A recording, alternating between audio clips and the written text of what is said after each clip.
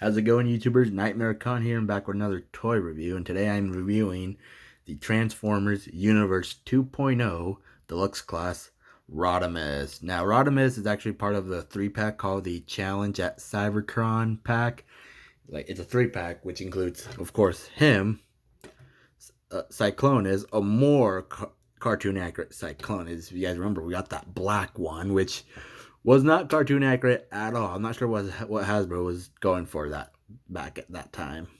And a repainted deluxe Galvatron, which in tank mode would be all white. And I do plan on getting that one. From the 3-pack, I only got Rodimus. I got them individually on eBay, and I actually managed to get them for only for a decent price actually. And for what I paid for, I'm really glad because it's nice and hefty. The plastic on this thing is really solid and makes them a little more cartoony. Now, I did get this Rodimus mainly for my Universe 2.0 collection, as it's actually grown already. And there's actually one, if I'm being honest with you, there's only one difference between this one and the, because they did re-release this figure again for Reveal the Shield a few years later. The only difference would be, the Reveal the Shield will obviously not have a painted on symbol. It actually has a rub symbol. If I'm being honest with you, I wouldn't care for that one. I wanted this one because, again, I promise you guys, this is not a sticker. It's actually painted on the figure or printed on the figure. This is an official Universe 2.0 Rodimus because of the Autobot symbol. Like I said, if it was the Reveal the Shield one with the rub symbol, I wouldn't be doing this video because I want an official Universe 2.0 Rodimus for my collection, Universe 2.0 collection. So anyways, here we have Rodimus in his vehicle mode. Really nice. I love the red on him and the sky blue they use for his windows.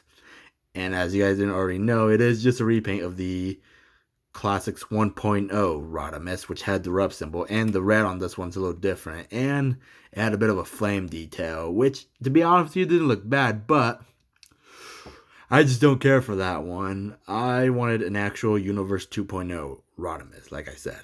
So definitely, this is definitely staying in my collection. I'm happy to have this one. And other than that, very nice figure. The red, I love the red on him. And he has two different types of yellow. If you look closely in the front of his hood, you should be able to tell, but where his Autobot symbol is, it has like a lighter yellow. Not sure how to say it, like more of like an actual a regular yellow. Where if you look closely, it has more like a golden yellow. Even for the headlights, they gave him a golden yellow look. I feel like the spoiler here, I want to say the yellow on this one's the same as what I just showed you. You should be able to see it on my camera, on my phone. Hope my phone is picking it up. See, there are two different shades of yellow. A golden yellow and more like a, I don't know, a banana yellow? Or this looks more like a banana yellow to me for the spoiler, which still looks, I guess, makes it kind of cartoony, which I like. I really enjoy this figure. And the, his engines, his exhaust pipes are painted in a nice silver, which is really nice. The rims, it's actually a nice gray color. For the front, it's like a dark, for the outside it's a dark gray, where this one, it's not, the gray on this one actually isn't dull at all. It has like a blue tint to it a little bit. It's hard to tell, but it's not that average dull gray that some figures have nowadays. It's actually a really nice gray for the rims, for the inside of the rims. Now, not much about this figure. Oh yeah, and he has some tail lights, which is nice. Now, they're just red, but it would have been nice if the, oh wow. I think that's for transformation. But it looks like, Hasbro could have at least left it like a light gray. The, like, make it like a turn signal or make it orange. I would have preferred, light gray or white to make it look like he's reversing. And this, the red, could still act like a turn signal. But other than that, still a nice figure, you guys. Even the engine is painted nice and silver. Now, on my copy, it has some paint chipped on the, like a chipped a little bit. But nothing, not a deal breaker. Still a nice figure. Even right here, it's chipped, it has a little paint line a bit. That's how I got this figure. And then, to be honest, it doesn't bother me at all. But for the price I paid, really glad to have this Rodimus for my Universe 2.0 collection, like I said. Now, speaking of that, here he is next to Universe 2.0 Screamer. Starscream. Now, this is a sticker. I wanted to make him a little more cartoon accurate. So here he is next to Starscream. Classic Optimus. Now this is the Age of Extinction Optimus, which has the which is painted to look G1 toy accurate.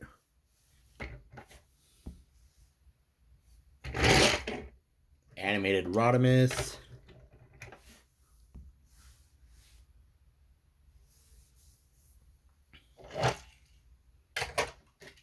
And the Last Night Hot Rod. Just because. G1 Hot Rod. The Last Night Hot Rod. Which one do you think looks better? Because I know there are some Bayverse fans out there. I'm sure there's not a lot, but there are some. I'm a big Bayverse fan. That's why I have this. Now, this is the actual Last Night Hot Rod. The original one, not the Studio Series version. I don't plan on getting that one at all. I like this one better. Now, I also don't have the Studio Series 86 Hot Rod. And I don't care to get that one either. But let me get this guy transformed and I'll get back to you. Alright, you guys, here we have Rodimus transformed in robot mode. And I think this one's supposed to kind of represent the G1 toy a little bit, I think. Minus the flame details. I believe that would be on the legs. But other than that, I think it has sort of a resemblance to that one, to the old G1 figure. But other than that, for comparisons, here he is next to Starscream. From the head to head, I mean, Rodimus might just be a little bit taller, maybe just a little bit, but not much. Here he is next to animated Rodimus Minor. Definitely a little shorter than how he looked like in the animated cartoon.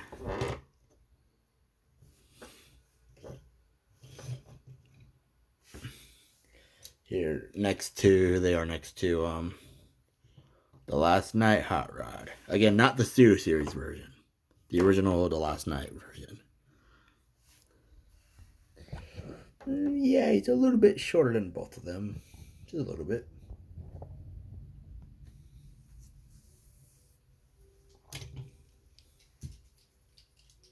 Here he is next to Classics Prime, the original 2006 version. Now, since I already had it in robot mode.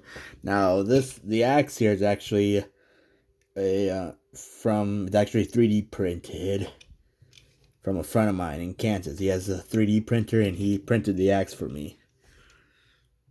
I mean, it fits nicely. It's a bit snug, but still fits really nice on this one. I mainly bought it for my Siege Prime, but it's really tight. I don't want to break it. But it does hold on pretty nicely on this one. So again, here he is next to Classics Prime. Now, I don't have Galvatron from the Universe 2.0 line, nor do I have my Classics Megatron anymore. I actually sold that one.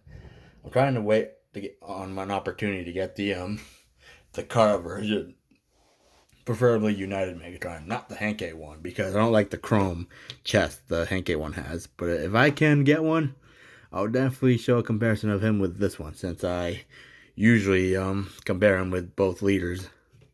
My figures, I usually compare them with both leaders from the same line.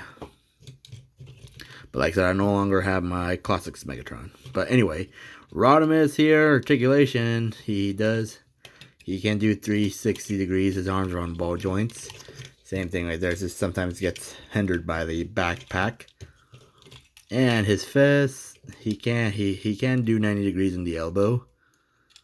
And on this hand, he does have his little saw blade, which is so tiny. If there was an upgrade kit where he could actually get a handheld one to make it bigger than this, because that is so tiny. But still a nice figure either way. The other side, nothing there. It is kind of hollowed, but that is because of transformation. And again, like people complain about hollowness in today's figures. It's been a thing since the 80s, you guys. Since the actual G1 toys. There's nothing new there. That's what people complain about. And my only complaint, though, his head, though, is so tiny. He has a regular sized body, but the head, so tiny. That's the only thing I hate about this figure, the mold. It has a tiny head. But still nice and painted, though. You got the white, the nice metallic gray face, I should say. It doesn't look like it has light piping, though. But he does have the white forehead. I don't know if you can tell, but he does have like a gray crescent, or like a gray on the sides of his forehead, which is pretty nice. Even on his crotch, he's got a little bit like a fading gray. But that's how it came back then, which is still pretty nice. To resemble, like, I guess he's been in a battle recently, and some of the paint on him is fading a bit. That's what it kind of looks like. And he can do, his toe can pivot because of transformation, if you need that. And he does have, Hewsberg to help him stand well. And again, it is hollow, but you're not going to see him like this. You're going to see him like this. Again, it's been a thing, you guys. Don't complain about hollowness. There's nothing new there. But I know the prices of the figures and their size, that's one thing people complain about. But the hollowness has been a thing. Nothing new. I know right here it isn't hollowed. Yeah, see, it's got a little hollow. See what I meant, you guys? It's still a little bit hollowed. But still nothing new, you guys. Even though, like I said, figures nowadays aren't... Some figures weren't completely filled out like that back then. Some weren't, but other than that, still been a thing since the 80s, you guys. The hollowness has still been a thing, nothing new. And oh wow, you can go a little over 90 degrees. Yeah, but you can't oh wow, the joints on this thing is really tight. Yeah, he could do 100 from here. He can kind of do like a soccer kick. Sometimes they get stuck. I don't want to break it though. Like you just saw it. You were able to do it. I was able to do it. I just don't want to break it. But he can do a soccer kick. Goal. Oh wait, what? Oh, I didn't know that. I didn't know he could do that. He can do the So he can do the splits. See? He can do the splits. But like I said, it is enough to do a soccer kick. Goal! For those who want to play Energon soccer. But other than that, still not a bad figure. His head, he can't look up and down, but he can do a 360 degrees from the sides. If you need that for some reason. But other than that, still a really nice figure, you guys. Oh yeah, his weapon, you guys remember in vehicle mode, where the engine would be like, it can act like an exhaust pipe while he's driving. Now it is spring, he still has a spring-loaded missile launcher. Now I got this guy without a missile, which doesn't bother me at all because I really don't care about these spring-loaded features. But he can hold it on either arm. In the back, he can act like storage. But it can hold on either arm. And right here would trigger the spring and it would shoot the missile out. Overall, still not a bad figure, guys. I wouldn't care if it came with a missile or not. The only thing I care about is the figure itself being complete with all its parts and accessories. Since this one actually does become a part for vehicle mode. It acts as the exhaust pipes. When you're shooting, when he's in vehicle mode driving, it could act like a pipe, and the missile acts like a flame. The missile would be like a blue flame. I think as blue as the windows on his back right here for vehicle mode. I think it's that blue. It is solid blue, not a clear blue that the classics Rodimus had back then. Which again, I wouldn't care if it came like a solid blue or a clear blue in the beginning. I wouldn't care, but like I said, I don't care about the missiles at all. I don't really care about spring-loaded features at all. But other than that, not a bad figure, you guys. I'm really glad to have this because it's from my Universe 2.0 collection, like I mentioned. The gray, not exactly dull, but still helps out with the figure. Still makes them, it makes them very cartoony, in my opinion. It makes them a little very cartoony, to be honest with you. A little more than the toy, a little more cartoony than the toy look, to be honest with you guys. This doesn't feel toyish at all, if I'm going to be honest with you. It looks so cartoony, which I actually like, you guys. So I'm really glad I got this figure, and I know it's a little bit limited, the articulation, because of the backpack and because of how he transforms. But you might still be able to get him some good poses, or not really.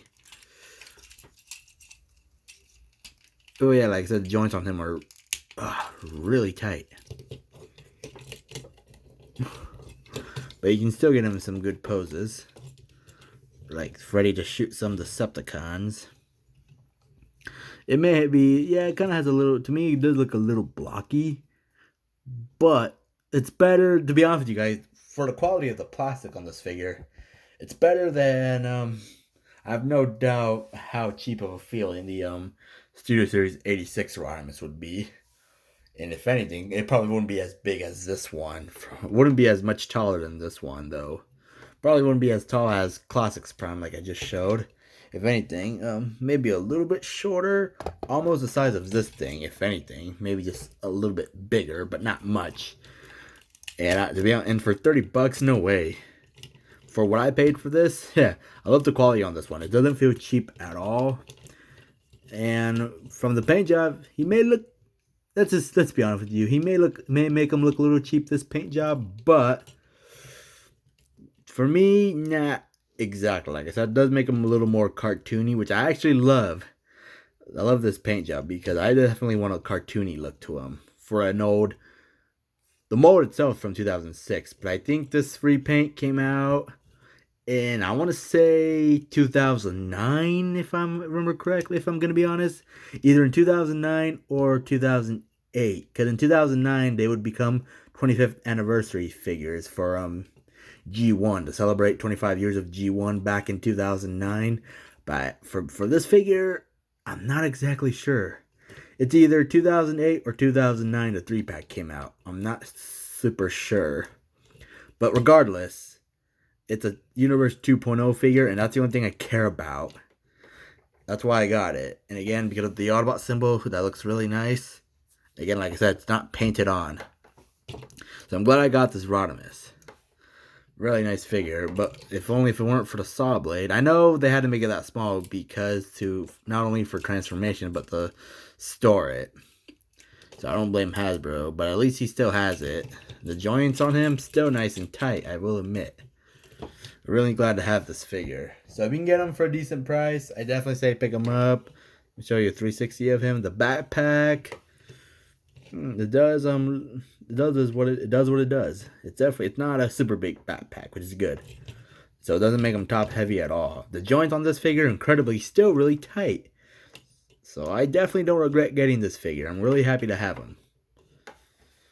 Now, if you can find him for a decent price, whether it's this one, the Universe 2.0, or the Review to Shoot Rodimus, which has the rub symbol, regardless, if you can get it for a decent price, I say pick it up. Especially if you're not really interested in the SS86 Rodimus, like I'm not. Alright, you guys, this has been my review of the Transformers Universe 2.0 Challenge at Cybertron 3-pack Rodimus. I'll be back with another toy review ASAP, but for now, take care. To all are one. This is Nightmarecon rolling out.